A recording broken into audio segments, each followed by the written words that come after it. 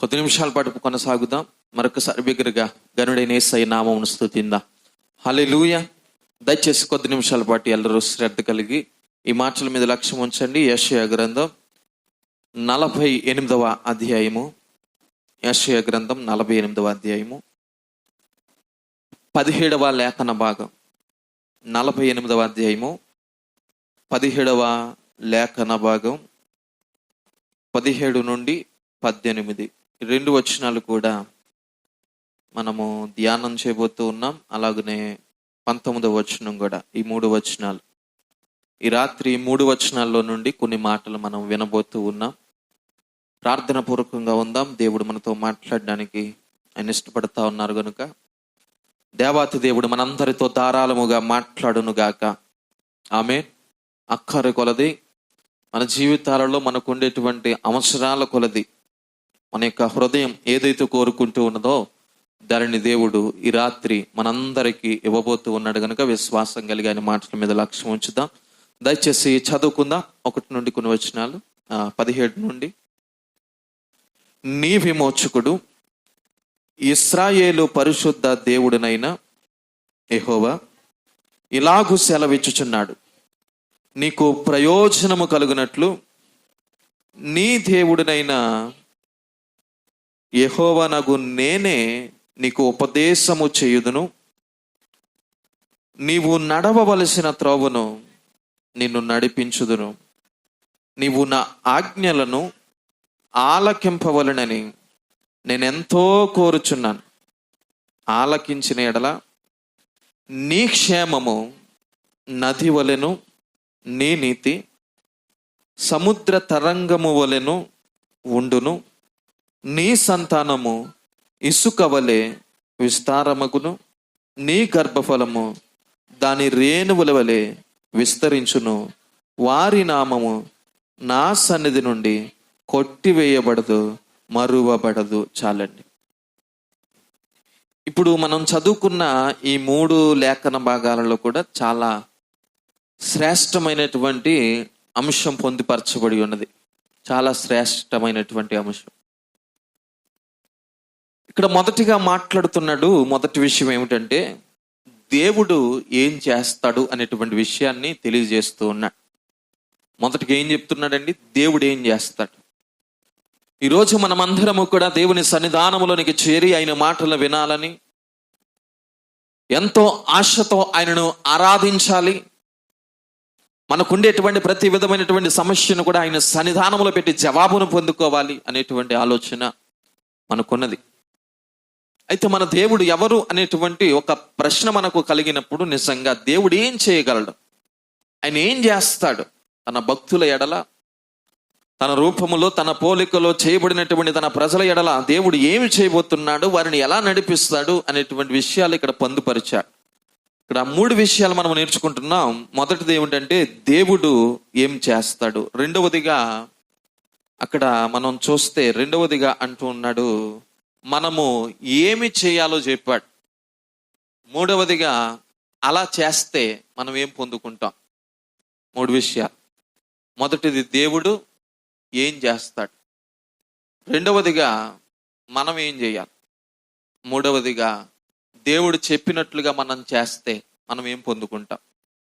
ఇక్కడ చాలా ప్రాముఖ్యమైనటువంటి 3 మాటలు మనం చదవగలుగుతూ ఉన్నాం. చూడండి, మొదటగా అంటున్నాడు నీ విమోచకుడును ఇశ్రాయేలు పరిశుద్ధ దేవుడినైన యెహోవా ఇలాగు సెలవిచ్చుచున్నాడు, నీకు ప్రయోజనము కలుగునట్లు నీ దేవుడినైన యెహోవానగు నేనే నీకు ఉపదేశము చేయుదును. దేవుడు ఏం చేస్తాడంటే మొదటగా ఇక్కడ చెప్తున్నాడు మనకు ప్రయోజనము కలుగునట్లుగా ఆయన ఉపదేశమును చేస్తాడు. ఎప్పుడు నాతో కలిసి ఆయన ఏం చేస్తాడు? ఉపదేశం చేస్తాడు.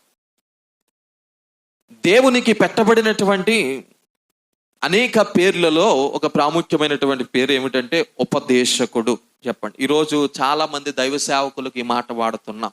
ఉపదేశకులు అంటే బోధించే వారిని ఉపదేశకులు, దేవుని యొక్క వాక్యమును ప్రకటించే వారిని ఉపదేశకులు అనేటువంటి విధానంలో మనం పిలుస్తున్నాం. అపోస్తుడైనటువంటి పౌలు గారు కూడా అక్కడ 5 రకాలైనటువంటి పరిచర్యలను జ్ఞాపకం చేస్తూ దేవుడు కొందరిని ప్రవక్తలుగా, ఎఫెసీయులకు రాసినటువంటి పత్రికలో ఈ మాటలు చెప్పబడతాయి. 5వ అధ్యాయంలో మీరు చదివితే, కొందరిని ప్రవక్తలుగా, కొందరిని కాపరులుగా, కొందరిని అపోస్తులుగా, కొందరిని బోధకులుగా, కొందరిని ఉపదేశకులుగా సంఘమును కాయుటకు దేవుడు నిర్ణయించాడు, నియమించాడు అనేటువంటి విధానాన్ని అక్కడ మీరు చూస్తారు.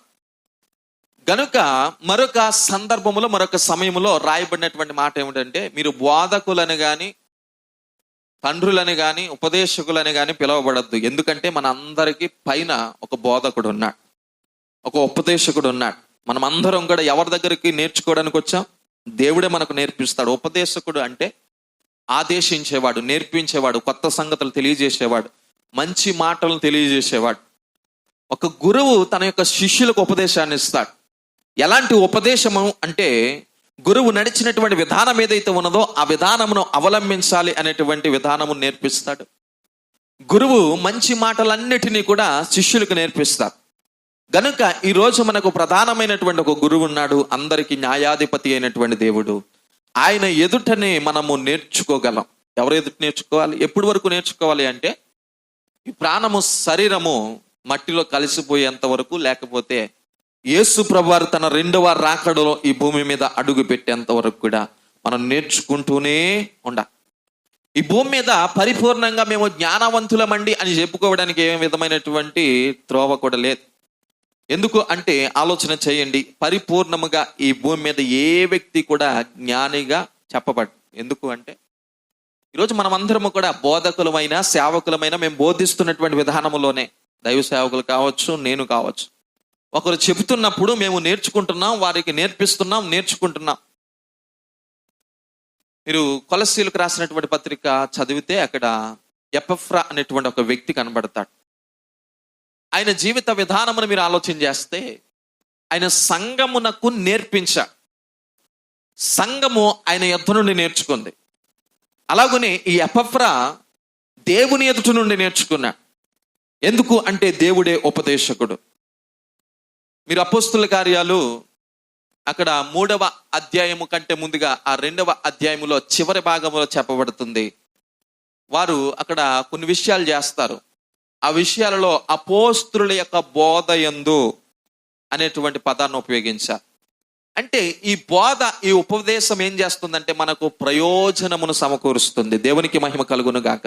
చూడండి, ఇక్కడ రాయబడినటువంటి విధానం ఏమిటంటే, నీకు ప్రయోజనము కలుగునట్లు నీ దేవుడినైన యెహోవానగు నేనే నీకు ఉపదేశము చెయ్యుదును. ఇది మొదటి విషయం.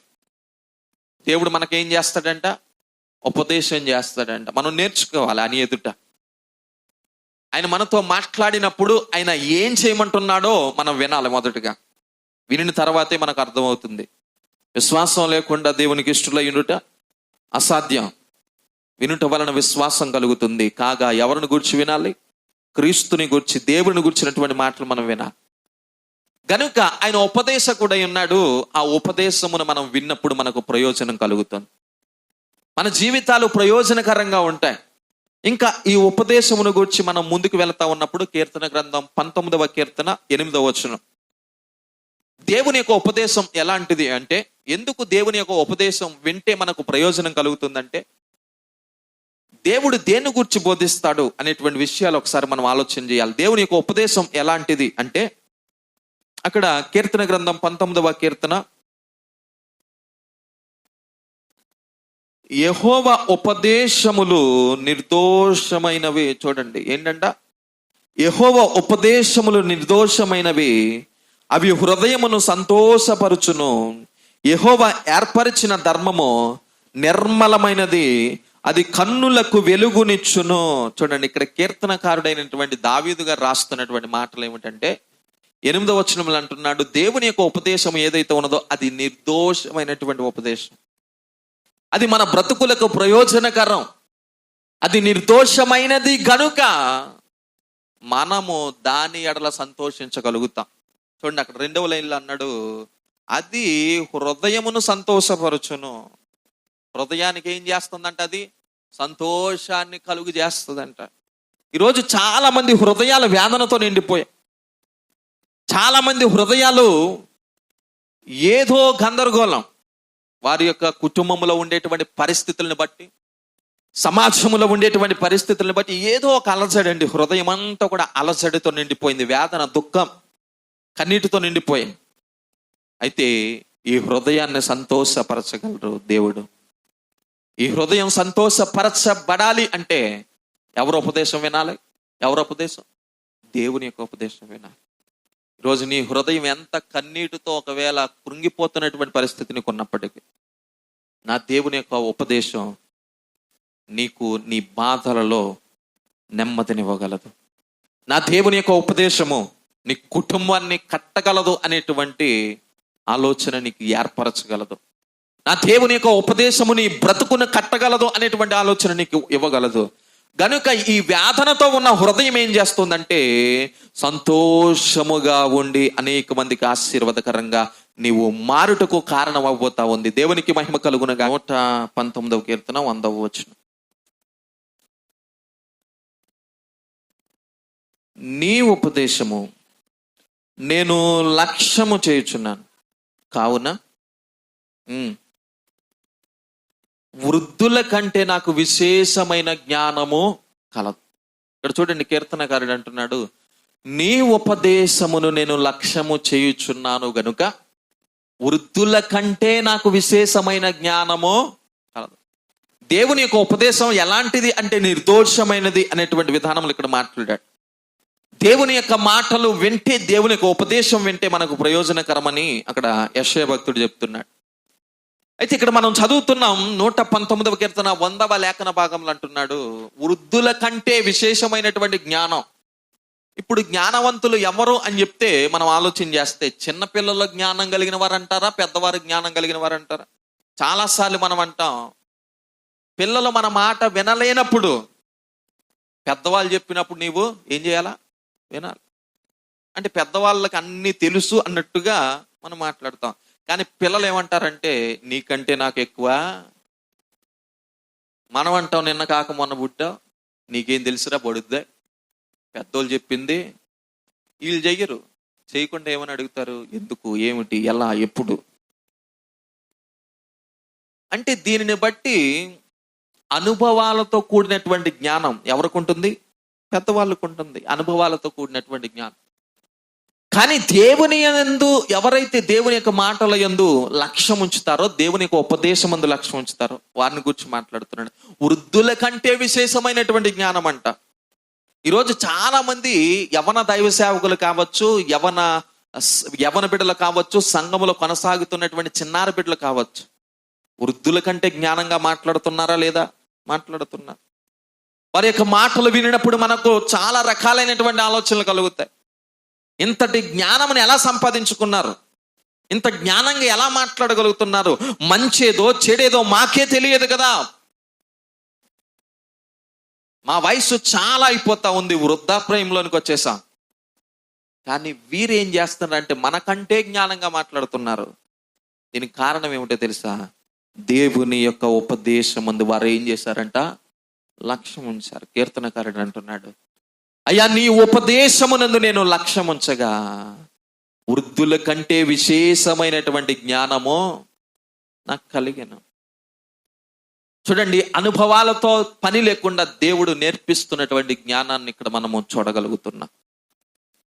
ఎలాంటి త్రోవను నీవు నడవాలి, ఏది మంచి ఏది చెడు, నీ భవిష్యత్తు ఎలా ఉండబోతుంది, నీవు అనేక మందికి దీవెనకరంగా ఉండాలని నీ జీవితాన్ని ఎలా నడిపించుకోవాలి అంటే దేవుడిచ్చేటువంటి జ్ఞానం మనకు కావాలి. జ్ఞానమునకు మూలం దేవుడే. మీలో ఎవరికైనా జ్ఞానము కొదువై ఉన్న ఎడల వాడు ఏం చేయాలంట? దేవునిని అడగాలి, దేవుడు ఇస్తాడు. గనుక దేవుని యొక్క ఉపదేశమునందు మనం ఏం చేయాలంట? ఏం చేయాలా? లక్ష్యం ఉంచాలి. అవి మనకు ప్రయోజనకరం అన్నాడు యెషయా భక్తుడు. అవి మనకు ప్రయోజనకరం. ఆ ప్రయోజనకరమైనటువంటి ఉపదేశాన్ని మనం అంగీకరించాలి.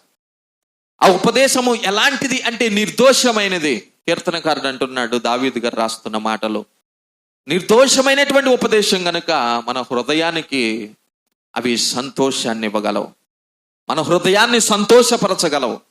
ఇంకా ముందుకు వెళతా ఉన్నప్పుడు దేవుడు చెప్తున్నటువంటి రెండవ మాట, దేవుడు ఏం చెప్పాడు అనేటువంటి మొదటి మాట ఆయన చెప్పినటువంటి మాట, ఆయన మనకు ఉపదేశం చేస్తాడు.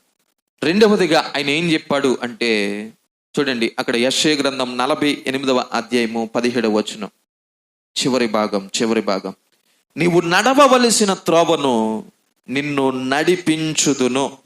ఏమన్నాడండి? నీవు నడవవలసిన త్రోవను నిన్ను నడిపించుదును. ఈరోజు నడవాలని అందరికీ ఉంటుంది, కానీ ఏ త్రోవలో నడవాలో తెలియదు. ఒక 10-20 త్రోవలు ఉన్నాయనుకోండి, గమ్యాన్ని చేరుకోవాలి అనేటువంటి ఆశ అందరికీ ఉంటుంది, కానీ ఏ త్రోవలో వెళ్ళాలో తెలియదు, ఏ మార్గాన్ని ఎంచుకోవాలో తెలియదు. కానీ బైబిల్ పరంగా మనం ఆలోచన చేస్తే 2 త్రోవలు ఉన్నాయంట, 2 మార్గాలు ఉన్నాయంట. ఒకటి ఇరుకైనది, 2 విశాలమైనది. నువ్వు ఏ త్రోవని ఎంచుకుంటావో, ఏ మార్గాన్ని ఎంచుకుంటావో దేవుడు చాయిస్ నీకు ఇచ్చాడు. ఇరుకైనది కావాలా, విశాలమైనది కావాలా? దేవుడు నిన్ను కోరుకోమన్నాడు. ఇప్పుడు చిన్నపిల్లల్ని అడిగామనుకోండి, వారికి ఉన్న జ్ఞానం ఎలాంటిదంటే, ఏం మార్గం కావాలరా? విశాలమైనది కావాలి. ఎందుకు? దుప్పటి వేసుకొని పడుకోవడానికి. ఎందుకు? ఇల్లు కట్టుకోవడానికి. ఎందుకు? కారు పెట్టుకోవడానికి. ఎందుకు? ఒక స్కూల్ కట్టుకోవడానికి, ఫ్రీ ఫైర్ గేమ్ ఆడుకోవడానికి. మంచిగా విశాలమైంది కావాలి. ఇప్పుడు పెద్దవారు మిమ్మల్ని అడుగుతున్నాను, ఇరుకైంది కావాలా, విశాలమైంది కావాలా? ఇరుకైన మార్గం కావాలా, విశాలమైన మార్గం కావాలా? చెప్పాలి. ఇన్ని సంవత్సరాలుగా వాక్యం వింటున్నారు కదా, పాస్టర్ గారు పైనుండి చెప్తే కింద నుండే సెటార్లు వేసేసే స్థితిలోనికి మీరు వెళ్ళిపోయారు కదా. మరి చెప్పండి, ఇప్పుడు ఇరుకైంది కావాలా, విశాలమైంది కావాలా? ఇరుక? ఎల్లారికి నమస్కారం. చెప్పండి, ఇరుకు. మీకురా విశాలం. ఎబ్బేసు ప్రార్థన చేస్తున్నాడు, అయ్యా నా సరిహద్దులను విశాలపరచు. మనలో ఇప్పుడు చిన్న అనుమానం, ఆ పిల్లకాయలతో మేము చెప్పలేకపోయాం, వాళ్ళే కరెక్ట్ చెప్పారంటారా? విశాలమైనటువంటి మార్గంలో మనం ఆలోచన చేస్తే లోకానుసారమైనటువంటి జీవితం ఉంది. విశాలమైనటువంటి మార్గాన్ని మనం ఆలోచన చేస్తే మాయతో కూడినటువంటి మాటలు ఉన్నాయి. విశాలమైనటువంటి మార్గాన్ని మనం ఆలోచన చేస్తే హంగులు ఆర్పాటాలు ఉన్నాయి. విశాలమైనటువంటి మార్గాన్ని మనం ఆలోచన చేస్తే టచ్లతో పడగొట్టేటువంటి స్వస్థత బోధలు ఉన్నాయి. విశాలమైనటువంటి మార్గాన్ని మీరు ఆలోచన చేస్తే మీరు ఎంత పాపమైనా చేయండి పర్లేదు అని చెప్పేవాళ్ళు ఉన్నారు. విశాలమైనటువంటి మార్గాన్ని మీరు ఆలోచన చేస్తే ఫలానా పండు తినండి పిల్లలు పుడతారు అని చెప్పేవాళ్ళు ఉన్నారు. విశాలమైన మార్గాన్ని మీరు ఆలోచన చేస్తే యేసుప్రభువారు అప్పుడు రారులే, మీకు ఇష్టం వచ్చినట్టుగా అనుభవించండి అని చెప్తారు. కానీ ఇరుకైన మార్గం ఎలాంటిది అంటే మనకి ఇష్టం వచ్చినట్లుగా జీవించడానికి కుదరదు. ఇరుకైన మార్గం ఎలాంటిది అంటే శ్రమలతో కూడినటువంటి మార్గం. ఇరుకైనటువంటి మార్గం ఎలాంటిది అంటే ముళ్ళ త్రోవను నడిచేటువంటి విధానంలో తీసుకుని వెళ్ళిపోతుంది. పూలబాట కాదండి మన జీవితం, శ్రమలతో కూడినటువంటి జీవితం. కానీ ఇలాంటి ఇరుకైనటువంటి మార్గాన్ని ఎంచుకొని మన ప్రయాణమును కొనసాగించామా, నిత్య సీయోను అయినటువంటి పరలోక రాజ్యములో అడుగు పెట్టబోతా ఉన్నాం. దేవునికి మహిమ కలుగును గాక. అయితే ఇక్కడ ప్రాముఖ్యంగా మాట్లాడుతున్నాడు, నీవు నడవవలసిన త్రోవను నిన్నేం చేస్తాను, నడిపిస్తాను. నీవు ఏ త్రోవనైతే నడవాలో, ఏ త్రోవ అయితే నీకు మంచిదో, ఏ త్రోవ గుండా నీవు వెళితే గమ్యాన్ని చేరుకుంటావో, ఏ త్రోవ గుండా నీ జీవితాన్ని నీవు సాగిస్తే అనేక మందికి ఆశీర్వాదకరంగా ఉంటావో, అదే త్రోవ నేనేం చేస్తాను, నడిపిస్తాను. చూడండి, దేవుడు మొదటగా ఉపదేశం చేస్తానన్నాడు. ఏం చేస్తా అన్నాడు? ఉపదేశం. ఆ ఉపదేశం ఎందుకొరకు అంటే మనకు ప్రయోజనకరం కనుక. ఆ ఉపదేశం మనం వింటే మన యొక్క హృదయాలు ఏమవుతాయంట, సంతోషకరంగా ఉంటాయంట. ఆ ఉపదేశం వింటే మనకేమవుతుందంట, వృద్ధుల కంటే విశేషమైన జ్ఞానం కలుగుతుందంట. తర్వాత రెండవదిగా అంటున్నాడు, నీవు నడవవలసినటువంటి త్రోవను నిన్ను నడిపిస్తా. సామెతల గ్రంథంలో అంటాడు కదా, బాలుడు నడవవలసిన త్రోవను వానికి నేర్పు, పెద్దవాడైన తర్వాత దాని నుండి తొలగిపోడు. ఏం చేయాలా? చిన్ననాటి నుండి మ్రొక్కై వంగనిది మ్రానై వీడు వృక్షమై ఎదిగిన తర్వాత మనం ఎంత చెప్పినా లోబడతాడా? మాట వింటాడా? కనుక చిన్ననాటి నుండే ఏం చేయాల? దేవుడు ఇశ్రాయేలీలందరినీ కూడా నడిపించినప్పుడు వారితో మాట్లాడినటువంటి మాటలు మీరు ద్వితీయోపదేశకాండం 6వ అధ్యాయంలో చదివితే, నీవు కూర్చున్నప్పుడు, నీవు నడిచినప్పుడు, నీవు పని చేసుకుంటున్నప్పుడు నీ బిడ్డలకు దేవుని గురించి నీవు ప్రకటించా, దేవుని యొక్క మాటలు వారికి నేర్పించా. కనుక ఇప్పటికీ కూడా ఇశ్రాయేలీలందరూ కూడా ఒకానొక వయసు వచ్చేంత వరకు కూడా ధర్మశాస్త్రం అంతటిని వారు కంఠస్థం చేసేటువంటి పరిస్థితుల్లోకి వెళ్ళిపోతారు. అంటే దేవుని యొక్క వాక్యం చదివి చదివి చదివి చదివి చదివి ఎక్కడ ఏ లేఖనం ఉందో, ఎక్కడ ఏ వాక్య భాగం ఉందో వారు దేవుడిచ్చినటువంటి ఆజ్ఞ ప్రకారంగా చదివి వారు నేర్చుకుంటారు. గనుక దేవుని యొక్క మాటలు మనం ఆలోచన చేస్తే, ఇక్కడ నీవు నడవవలసినటువంటి త్రోవ నీకేం చేస్తాను? నేను నడిపిస్తాను. ఇంకా మనం ముందుకు వెళ్తా ఉన్నప్పుడు దేవుడు ఎలా, దేవుని యొక్క నడిపింపు ఎలా ఉంటుంది అంటే 18వ కీర్తన 32వ వచనం. 18వ కీర్తన 32వ వచనం. దేవుడు నడిపిస్తే ఎలా ఉంటుంది? మనము నడవవలసినటువంటి త్రోవ ఆయన నడిపిస్తాను అనేటువంటి విధానం మనం చూస్తూ ఉన్నాం. 18వ కీర్తన 32వ వచనం. నాకు బలము ధరింపజేయువాడు ఆయనే, నన్ను యథార్థ మార్గమున నడిపించువాడు ఆయనే. ఇక్కడ కీర్తనకారుడు అంటున్నటువంటి మాట, ఇక్కడ 19వ కీర్తన మనం చదువుతూ ఉన్నప్పుడు, అక్కడ 18వ కీర్తన మనం చదువుతూ ఉన్నప్పుడు కీర్తనకారుడు అంటున్నాడు, ఇది కూడా దావీదు వ్రాసినటువంటి కీర్తనే. ఇది కూడా దావీదు వ్రాసినటువంటి కీర్తనే. ఈ కీర్తనలో ఆయన 32వ వచనమునకు వచ్చేసరికి, నాకు బలము ధరింపజేయవాడు ఆయనే, నన్ను యథార్థ మార్గమున, ఏ మార్గమునంట? యథార్థ మార్గం. ఏ మార్గం నడవాలండి? యథార్థ మార్గం. కీర్తనకారుడు పలుకుతున్నటువంటి మాటలు ఈరోజు మన జీవితాలలో మనం చేయగలిగితే అది మనకు ఆశీర్వాదకరం. దేవుని గురించి ఆయన ఒక ఆలోచన కలిగి ఒక కీర్తన పాడుతున్నాడు. ఆ కీర్తన ఎలాంటి కీర్తన అంటే, అక్కడ మనం చదువుతున్నాం, అయ్యా నీవు నడిపిస్తే ఎలా నడిపిస్తావో తెలుసా? ఏ మార్గాన్ని నడిపిస్తావో తెలుసా? యథార్థమైనటువంటి మార్గం. మీరు 15వ కీర్తన చదివితే యథార్థతను గురించి అక్కడ రాస్తాడు, యెహోవా గుడారములో అతిథిగా ఉండదగిన వాడెవడు అనేటువంటి విషయాన్ని అక్కడ తెలియజేస్తూ, యథార్థమైనటువంటి జీవితం. ఎలాంటి యథార్థత అంటే, యోబు కనపరిచినటువంటి యథార్థత.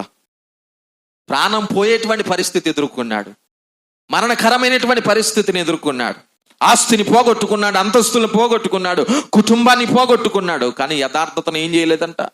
చివరికి తన భార్య కూడా అంటుంది, ఏమంటుందో తెలుసా? నీ దేవుడిని దూషించి నీవు చనిపోతే బాగుండు అనేటువంటి విషయాన్ని అతనితో మాట్లాడుతూ ఉంది. కానీ తన యథార్థతను విడిచిపెట్టల. గనుక దేవుడు నడిపించేటువంటి యథార్థమైనటువంటి మార్గం ఏదైతే ఉన్నదో, ఆ మార్గమును ఒకసారి మనం నడవగలిగితే, ఆ మార్గమును రుచి చూసిన తర్వాత మనం యథార్థతను విడిచిపెట్టలే. గనుక ఆ మార్గములో నడవాలి అంటే మనం ఎవరిని అడగాలంట? దేవుడిని అడగాలి. అయ్యా నీవు నన్ను యథార్థమైనటువంటి మార్గమున నడిపించు. ఆ మార్గములో అనేక రకాలైనటువంటి సమస్యలు నాకు ఎదురైనప్పటికీ నేను ఆ త్రోవ నుండి ఏం చేయకూడదంట? తొలగిపోకూడదు. యెహోషువతో ఆయన అంటాడు, నేను మోషేకు ఆజ్ఞాపించినటువంటి ఆజ్ఞలన్నిటిని కూడా నువ్వు పాటించా. నువ్వు ఎడమకు కానీ కుడికి కానీ తొట్టిల్లిపోకూడదు. నేనే నిన్ను నడిపిస్తానన్నాడు ఆయన. నేనే నిన్ను నడిపిస్తాను. 1వ అధ్యాయంలో మీరు చదివితే ఆ మాటలు రాయబడ్డాయి. కనుక దేవుడు నడిపిస్తాడు. ఎలాంటి మార్గం నడిపిస్తాడు అంటే, యథార్థమైన మార్గమున నడిపిస్తాడు. ఇంకా మనం ముందుకు వెళతా ఉన్నప్పుడు 23వ కీర్తన 3వ వచన భాగం. నా ప్రాణమునకు ఆయన సేద తీర్చుచున్నాడు, తన నామమును బట్టి నీతి మార్గములలో నన్ను నడిపించుచున్నాడు. ఇది కూడా దావీదు రాస్తున్న కీర్తనే. మరలా ఏమని రాశాడండి? ఇక్కడ ఏమని రాశాడు? ఇందాక చెప్పబడినటువంటి ఆ 18వ కీర్తనలో యథార్థమైన మార్గమున నడిపించన్నాడు. ఇక్కడ ఏమన్నాడు? నీతి మార్గమున. దేవుడు ఏ మార్గం నడిపిస్తాడంట? నీతి మార్గమున. యెహోవా నా కాపరి, నాకు లేమి కలగదు అని ప్రారంభించి నా జీవితం ఈరోజు ఇంత ఆశీర్వాదకరంగా ఉంది, నేను ఇంతగా దీవించబడ్డానంటే, నా కుటుంబం ఇంతగా హెచ్చించబడింది అంటే దేవుడు నాకు కాపరిగా ఉన్నాడు. ఆయన కాపరిగా ఉండి ఎలాంటి త్రోవ నడిపిస్తున్నాడో తెలుసా? నీతి కలిగినటువంటి త్రోవను నడిపిస్తున్నాడు. ఎలాంటి త్రోవన?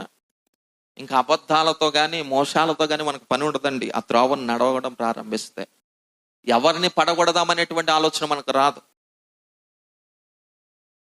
ఎవరిని వెనక్కి లాగుదామా అనేటువంటి ఆలోచన రాదు. ఎవరి మీద కండుములు పలుకుదామా అనేటువంటి ఆలోచన రాదు. ఎవరిని నాశనం చేద్దామా అనేటువంటి ఆలోచన మనకు రాదు. ఎందుకంటే దేవుడు నీతి కలిగినటువంటి మార్గముల యందు మనల్ని నడిపిస్తాడు. ఇక్కడ కీర్తనకారుడు అంటున్నాడు తన అనుభవాన్ని వ్యక్తపరుస్తూ. ఇంకా ఆయన నడిపించేటువంటి విధానం ఆ 23వ కీర్తనలో మీరు చదివితే, ఇది నోటెడ్ కనుక ఆ 23వ కీర్తనలో చదివితే, పచ్చిక గల చోట్ల ఆయన నన్ను పరుండి చేస్తున్నాడు. శాంతికరమైన జలముల యొద్ద ఎక్కడ నడిపిస్తాడంట? శాంతికరమైన జలముల యొద్ద నడిపిస్తాడు. దేవుని యొక్క నడిపింపు మనకు కావాలి. నడిపించేటువంటి దేవుడు అయి ఉన్నాడు ఆయన. మనకు కావలసినటువంటి త్రోవ, మనకు కావలసినటువంటి మార్గం, మనం నడవలసినటువంటి త్రోవను ఆయన మనల్ని నడిపించగలడు. అయితే అలా ఎలాంటి త్రోవలు అంటే కీర్తనకారుడు అన్నాడు, మొదటగా యథార్థమైనటువంటి త్రోవ అంట, రెండవదిగా అంటున్నాడు నీతి కలిగినటువంటి త్రోవ అంట, మూడవదిగా అంటున్నాడు శాంతికరమైన జలములు, శాంతికరమైనటువంటి జలముల యొద్ద ఆయన నన్ను నడిపిస్తున్నాడు.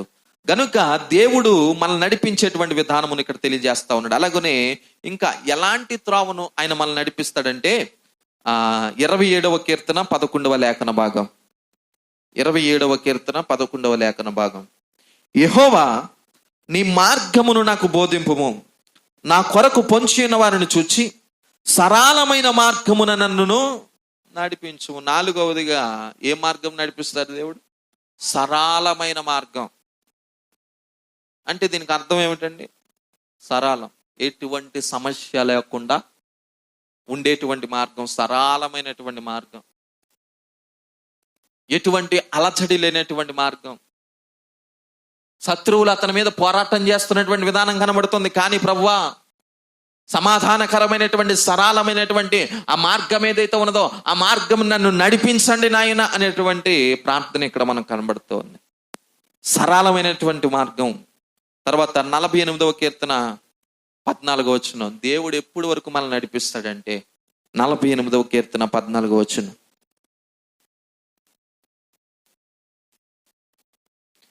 ఈ దేవుడు సదాకాలము మనకు దేవుడై ఉన్నాడు, మరణము వరకు ఆయన మనలను నడిపించును. ఎప్పటి వరకు నడిపిస్తాడంట? నాతో కలిసి చెప్పాలి. మరణము వరకు. నీవు నడవవలసిన, యెషయా భక్తుడు ప్రారంభించాడు, నీవు నడవవలసిన త్రోవను నిన్ను నడిపిస్తాను. మధ్యలో విడిచిపెట్టి దేవుడు కాదండి. ఈరోజు చాలా మంది మేము మీకు తోడై ఉన్నాం, మేము నడిపిస్తాం అంటున్నారు, కానీ ఎక్కడ విడిచిపెట్టేస్తున్నారు? మధ్యలో. కొన్ని సమస్యలు ఎక్కువయ్యాయి అనుకోండి, మా వల్ల కాదు. మనం ఆటో ఎక్కి వెళ్ళాం అనుకోండి, కొంతమంది ప్యాసింజర్స్ ఎక్కువైతే మధ్యలో దింపేసి వెళ్ళిపోతాడు. బండి మీద వెళ్ళామనుకోండి, ఎవరైనా మనల్ని ఎక్కించుకున్నారనుకోండి, ఏదో ఫోన్ కాల్ వస్తే మధ్యలో దింపేసి వెళ్ళిపోతారు. కానీ దేవుడు నడిపిస్తున్నటువంటి విధానం ఏమిటో తెలుసా? ఐగుప్తు నుండి విడిపించిన దేవుడు కానాను దేశంలోనికి అడుగు పెట్టేంత వరకు వాడిని విడిచిపెట్టలే. ఐగుప్తు దేశంలో మాట ఇచ్చాడు దేవుడు, నేను మిమ్మల్ని నడిపిస్తానన్నాడు, మీరు నడవండి అన్నాడు. అరణ్య యాత్ర 1 కాదు 2 కాదు, ఇంచుమించు 40 సంవత్సరాలు అరణ్య యాత్ర. తాపకరమైనటువంటి సర్పముల చేత వారు కరవబడ్డారు. నీళ్లు లేనటువంటి సమయంలో బండ చేత దేవుడు నీళ్లను రప్పించాడు.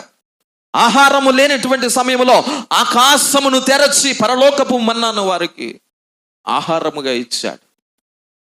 మాంసము లేదు నోరు చెప్పబడిందంటే పూరేళ్లను రప్పించి మాంసముతో వారిని పోషించాడు. దేవుడు నడిపించడం ప్రారంభిస్తే మధ్యలో విడిచిపెట్టి దేవుడు కాదు.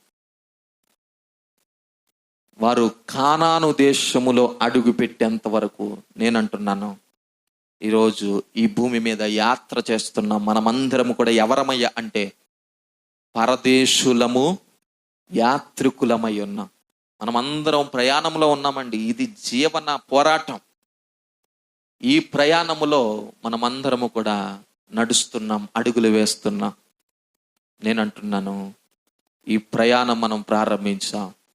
నీవు ఆయన యందు విశ్వాసం ఉంచితే పరలోకములో, అనగా కానాను దేశమునకు సాదృశ్యంగా చెప్పబడుతున్నటువంటి పరలోకములో అడుగు పెట్టేంత వరకు కూడా దేవుడిని విడిచిపెట్టడం. కానాను దేశములో నీవు అడుగు పెట్టేంత వరకు కూడా దేవుడు నీవు ఏ త్రోవలో నడవాలో, ఏ త్రోవ నీకు మంచి త్రోవ, ఆ త్రోవ నిన్ను నడిపించి ఎన్నో అద్భుతకరంగా ఆయన పోషించబోతూ ఉన్నాడు. దేవునికి మహిమ కలుగును గాక. చూడండి, మరణము వరకు అంట. ఎప్పటి వరకు అండి? మరణము వరకు సదాకాలం ఆయన మిమ్మల్ని నడిపిస్తాడు.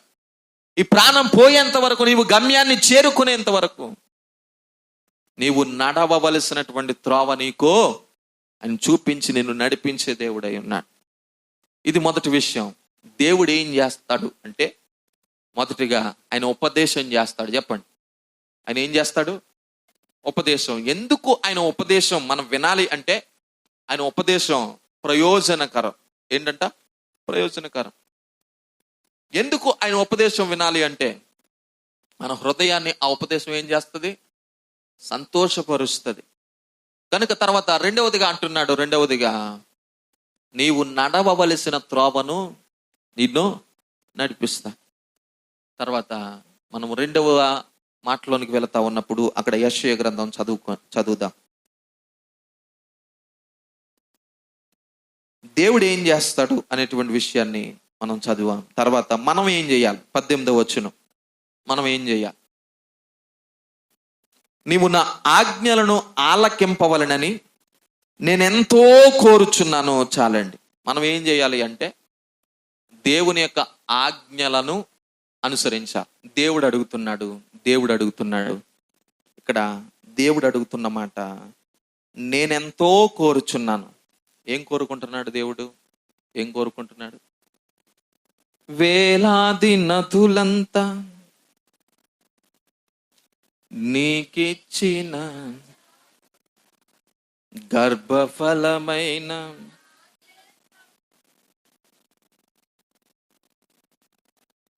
పుత్రుడు ఉన్నాడు రా నీకు. పాడాలి కాబట్టి పాడుతున్నావు. పాడు. గర్భఫలమైన నీవు చేసిన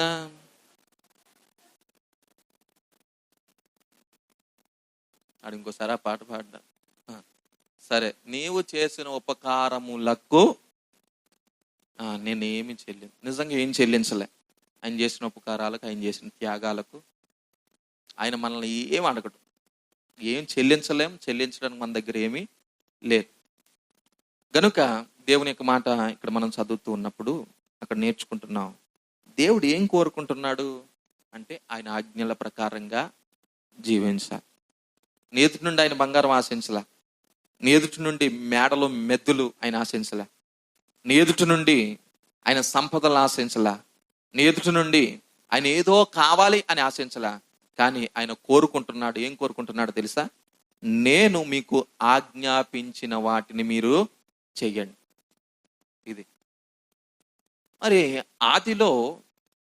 ఆది మానవులైనటువంటి ఆదాము అవ్వ పాపమునకు దాసులుగా చేయబట్టుకు ప్రధానమైనటువంటి కారణం ఏమిటి అంటే, ఈరోజు నేటికి కూడా ఎవరైనా చనిపోతే, మరణం అయిపోతే మనం చాలా వేదన పడుతూ ఉన్నాం. ఎందుకు ఈ వ్యక్తికి మరణం వచ్చింది? ఈ మరణం కూడా మానవుని మీద ప్రభుత్వం చేయడానికి, ఏలుబడి చేయడానికి ప్రధానమైనటువంటి కారణాలలో అసలైనటువంటి కారణం ఏమిటి అంటే ఆజ్ఞ అతిక్రమమే పాపం అని చెప్పాడు. పాపము వలన వచ్చు జీతము. దేవుడు మొదటగా వారిని ఆజ్ఞాపించాడు, అన్ని ఫలములను తినండి. కానీ ఒకే ఒక ఫలం ఉందంట, మంచి చెడుల తెలివినిచ్చు జీవ ఫల వృక్షమును మాత్రం మీరు ఏం చేయకూడదంట, తినకూడదు. ఆజ్ఞ అది పాటించమన్నాడు. దేవుని యొక్క మాట మనము ఇక్కడ చదువుతూ ఉన్నప్పుడు, నా ఆజ్ఞలను మీరు పాటించాలని నేను ఏం చేస్తున్నాను? కోరుకుంటున్నా. దేవుడు మనల్ని ఆజ్ఞాపించాడు చాలా విధాలుగా. కొన్ని చెయ్యండి, కొన్ని చెయ్యొద్దు. ఆజ్ఞ అంటే ఖచ్చితంగా కమాండ్. ఆజ్ఞ అంటే ఖచ్చితంగా మీరు ఏం చేయాలా? చెయ్యాలి. హెచ్చరిక బోర్డు అక్కడక్కడ మీరు చూస్తారు. ప్రమాదకరమైనటువంటి స్థానాలకు వెళ్ళొద్దని అక్కడ ఒక బోర్డు పెడతారు. అలాగనే ఎలక్ట్రిసిటీ, ఆ కరెంట్ దగ్గర కూడా అక్కడ ఒక వోల్టేజ్కి సంబంధించినటువంటి అస్థి పంజరానికి సంబంధించిన ఒక పుర్రి బొమ్మ వేస్తారు, అక్కడ కపాలం బొమ్మ వేస్తారు. అపాయము, ఏ అపాయము? పట్టుకుంటే పోతారు. ఏంటంట? పట్టుకుంటే డేంజర్, హెచ్చరిక. ఇది ఆజ్ఞ. పట్టుకుంటే ఏమవుతుందిలే అని పట్టుకుంటే ఏమవుతుంది? పోతాం. సిగరెట్ పెట్టి మీద ఉంటుంది, నన్ను తాగకురా, పోతాం. ఇప్పుడు చాలా మంది ఏం చేస్తారు? తాగితే ఏమవుతుంది? పోతాం. మందు బాటిల్ మీద ఉంటుంది, నన్ను తాగకురా, పోతాం. లివర్ పోతుంది, కుళ్ళిపోద్ది. అప్పుడు వీళ్ళు తాగే వాళ్ళు ఏమనుకుంటారో, ఇక్కడున్న పేరు కంటే ఇది తాగిన తర్వాత మేము వెళ్ళే స్వర్గం వేరు. కానీ ఏం పోతుంది? నిజంగా పోతుంది. ఏం పోతుంది? లివర్ పోతుంది. కొన్ని రోజులకి మరణం అయిపోయేటువంటి పరిస్థితి ఉంది. కనుక ఆజ్ఞ పాటించకపోతే ప్రమాదం. నాతో కలిసి చెప్పండి. ఆజ్ఞ పాటించకపోతే, ఆదాము అవ్వ ఆజ్ఞను పాటించలేదు, ఎక్కడ పడిపోయారు? ప్రమాదంలో పడిపోయారు. ఇప్పుడు దేవుడు అంటున్నాడు, దేవుని యొక్క కోరిక మన ఎడల. దేవుడు ఏం కోరుకుంటున్నాడంటే, నేను ఆజ్ఞాపించిన వాటిని మీరు ఏం చేయాలా? ఇప్పుడు సంఘమంతా కూడా దేవుని యొక్క ఆజ్ఞలు పాటిస్తున్నారా అనేటువంటి ఒక ఆలోచన మనం తీసుకుందాం. దేవుడు ఇశ్రాయేలీయులకు ఒక చట్టాన్ని నియమించిన తర్వాత ఇంచుమించుగా 10 ఆజ్ఞలు ఇచ్చాడు. వారికి ఒక చట్టాన్ని అందించాడు, ఒక రాజ్యాంగాన్ని అందించాడు. ఇప్పుడు కూడా అంబేద్కర్ ద్వారా ఒక రాజ్యాంగం మనకు సిద్ధపరచబడింది. రిపబ్లిక్ డే అంటే ఏంట్రా? రాజ్యాంగాన్ని అమలు పరిచిన రోజు. అంటే ఒక రాజ్యం, ఆ రాజ్యాంగంలో కొన్ని ఆజ్ఞలు ఉంటాయి, చట్టం. దాన్ని చెయ్యాలి. చేయకపోతే ఎక్కడ పడేస్తారు? తీసుకెళ్ళి జైల్లో పడేస్తారు. దొంగతనం చేయొద్దు, బైబిల్లో కూడా ఉంది. వ్యభిచరించొద్దు, నరహత్య చేయొద్దు. ఇప్పుడు ఇవన్నీ చేస్తే ఆ రాజ్యాంగంలో సమకూర్చబడినట్లుగా కొన్ని సెక్షన్స్ ఉన్నాయి. ఆ సెక్షన్స్ను బట్టి నేను తీసుకొని వెళ్ళి ఎక్కడ పడేస్తారు? జైల్లో పడేస్తారు. కనుక దేవుడు కూడా ఆజ్ఞాపిస్తున్నాడు, క్రైస్తవ సంఘానికి, సమాజమునకు దేవుడు కూడా ఆజ్ఞాపిస్తున్నాడు. నా ఆజ్ఞలు మీరు ఏం చేయాలంట? పాటించాలి, గైకొనాలి, నా ఆజ్ఞల ప్రకారంగా జీవించాలి. ఇదే మాట యెహోషువ గ్రంథం 1వ అధ్యాయంలో మీరు చదివితే, మోషేకి ఆజ్ఞాపించినటువంటి ఆజ్ఞలే మనల్ని నీకు ఆజ్ఞాపిస్తున్నాను. మోషేకి ఆజ్ఞాపించినటువంటి మాటల ప్రకారంగానే యెహోషువ నీవు కూడా ఏం చేయాలి? నడుచుకోవాలి, దాన్ని పాటించాలి అనేటువంటి విధానం అక్కడ జ్ఞాపకం చేస్తాడు. ఇంకా దేవుని యొక్క ఆజ్ఞల గురించి మనం చదువుతూ ఉన్నప్పుడు 107వ కీర్తన 10వ లేఖన భాగం నేను 1-2 మాటల్లో ముగించడానికి నేను ప్రయత్నిస్తా ఉన్నాను. జాగ్రత్తగా మీరు త్వరగా చదవడానికి ప్రయత్నం చేయండి. 2 మాటలు అయిపోయారా? నువ్వు వెళ్ళిపోదు గల్లే. 107వ కీర్తన 10వ వచనం. దేవుని ఆజ్ఞలకు లోబడక మహోన్నతుని తీర్మానమును తృణీకరించినందున బాధ చేతను ఇనప కట్ల చేతను బంధింపబడిన. ఇందాక నేను చెప్పాను కదా, ఆజ్ఞ వినకపోతే ఎక్కడ పడిపోతాం? ప్రమాదం. ఎక్కడ పడిపోతాం? ప్రమాదంలో పడిపోతాం. ఆదాము అవ్వ ఆజ్ఞను వినలేదు, ఎక్కడ పడిపోయారు? ప్రమాదంలో పడిపోయారు. ఇప్పుడు దేవుడు ఆజ్ఞాపించిన దానిని మనం చేయకపోతే ఎక్కడ పడతాం? జైలు, అదే ప్రమాదంలో పడిపోతాం. గనక ఇక్కడ చదువుతున్నాం చూడండి దేవుని యొక్క మాటలు. దేవుని ఆజ్ఞలకు లోబడక మహోన్నతుని తీర్మానమును తృణీకరించినందున. ఎవరి ఆజ్ఞలకు లోబడలేదంటే? ఇశ్రాయేలీయుల యొక్క ప్రజలు. ఎవరి ఆజ్ఞలు లోబడలేదు? దేవుని యొక్క ఆజ్ఞలకు లోబడనందున ఏం జరిగిందంటే 11వ వచనంలో అంటాడు, బాధ చేతను ఇనుప కట్ల చేతను బాధింపబడిన వారై చీకటిలోను మరణాంధకారములోను నివాసము చేయి వారి యొక్క హృదయమును ఆయన ఆయాసము చేత కృంగజేసెను. వారు కూలి ఉండగా సహాయుడు లేకపోయెను. ప్రమాదంలో పడిపోయారు. ఎక్కడ పడిపోయారంట? బాధించబడ్డారు. మరణాంధకరమైనటువంటి పరిస్థితుల్లోకి వెళ్ళిపోయారు. తెగుళ్ళు వస్తున్నాయి, ఇబ్బందులు వస్తున్నాయి, కష్టాలు వస్తున్నాయి, నష్టాలు వస్తున్నాయి, శ్రమలు వస్తున్నాయి, అనారోగ్య పరిస్థితులు ఎదుర్కొంటున్నారు. సహాయకుడైనా ఒక్కరూ లేరు. ఎందుకు సహాయకుడు లేనటువంటి పరిస్థితి వచ్చిందంటే ఎవరి ఆజ్ఞకు లోపడలేదంట? దేవుని యొక్క ఆజ్ఞకు లోపడలేదు. ప్రియ దేవుని సంగమా, దేవుడు నిన్ను ఆజ్ఞాపించినటువంటి ఆజ్ఞలు, అనేక ఆజ్ఞలు ఉన్నాయి. ఆయన ఆజ్ఞను నువ్వు చేయగలిగితే, ఆయన ఆజ్ఞను పాటించగలిగితే, ఎందుకంటే ఆయన కోరుకుంటున్నాడు. ఏం చేస్తున్నాడంట? కోరుకుంటున్నాడు. ఇంకా కీర్తన 119 కీర్తన 4వ వచనం కూడా చదవండి. 119 కీర్తన 4వ వచనం కూడా, నీ ఆజ్ఞలను జాగ్రత్తగా గాయకొనవలనని నీవు మాకు ఆజ్ఞాపించి ఉన్నావు. దేవుడు ఏం చేశాడంట? ఆజ్ఞాపించాడు. జాగ్రత్తగా గాయకొనాలి. ఏం చేయాలండి? జాగ్రత్తగా గాయకొనాలి. జాగ్రత్తగా గాయకొన్నప్పుడు మన జీవితాలు ఆశీర్వాదకరంగా ఉంటాయి. దేవునికి మహిమ కలుగును గాక. మరలా మొదటికి వెళదాం.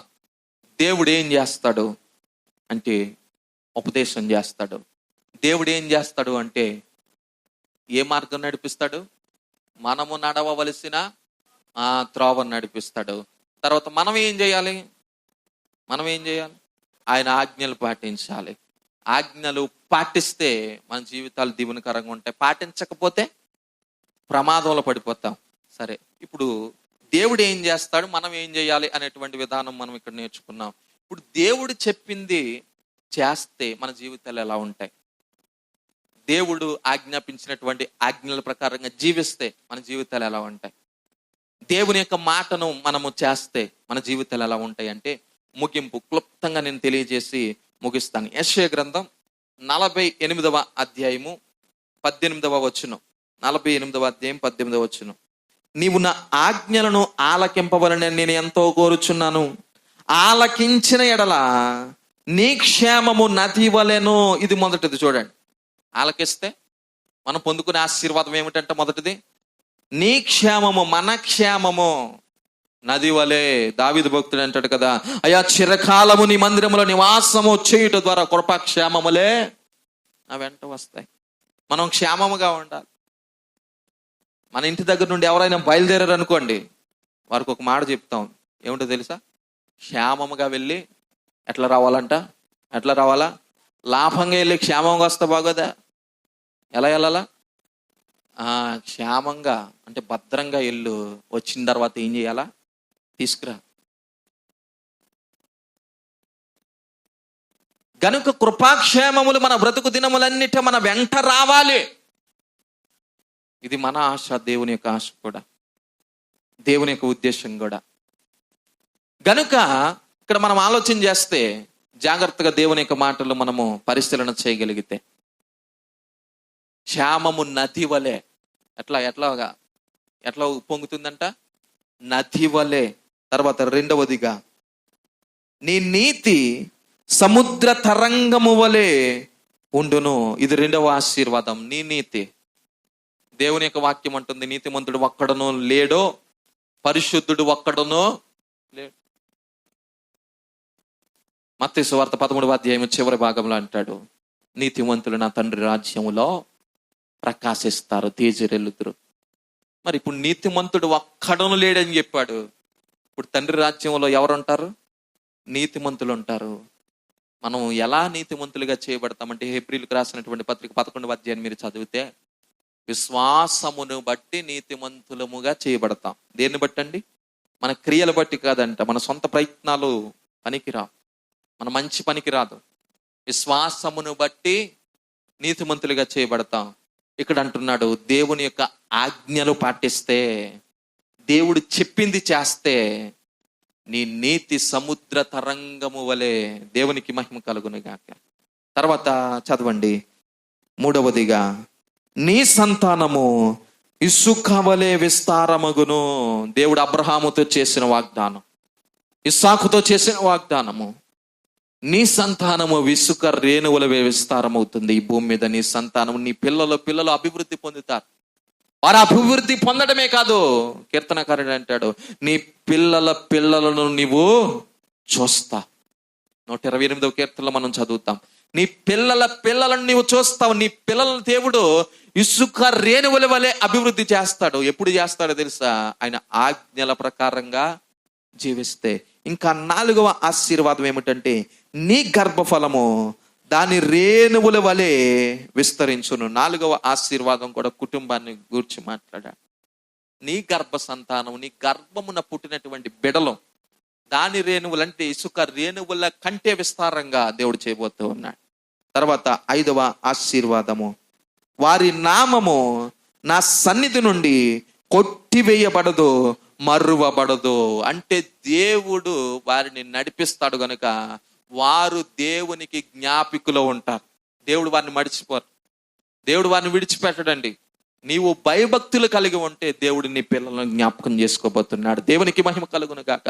దావీదు చూపించినటువంటి విధేయత, దావీదు నడుచుకున్నటువంటి యథార్థత సొలొమోను యొక్క జీవితాన్ని ఆశీర్వాదకరంగా నడిపించింది. చప్పట్లు కూడా దేవుని నామమున మహిమపరచాలి.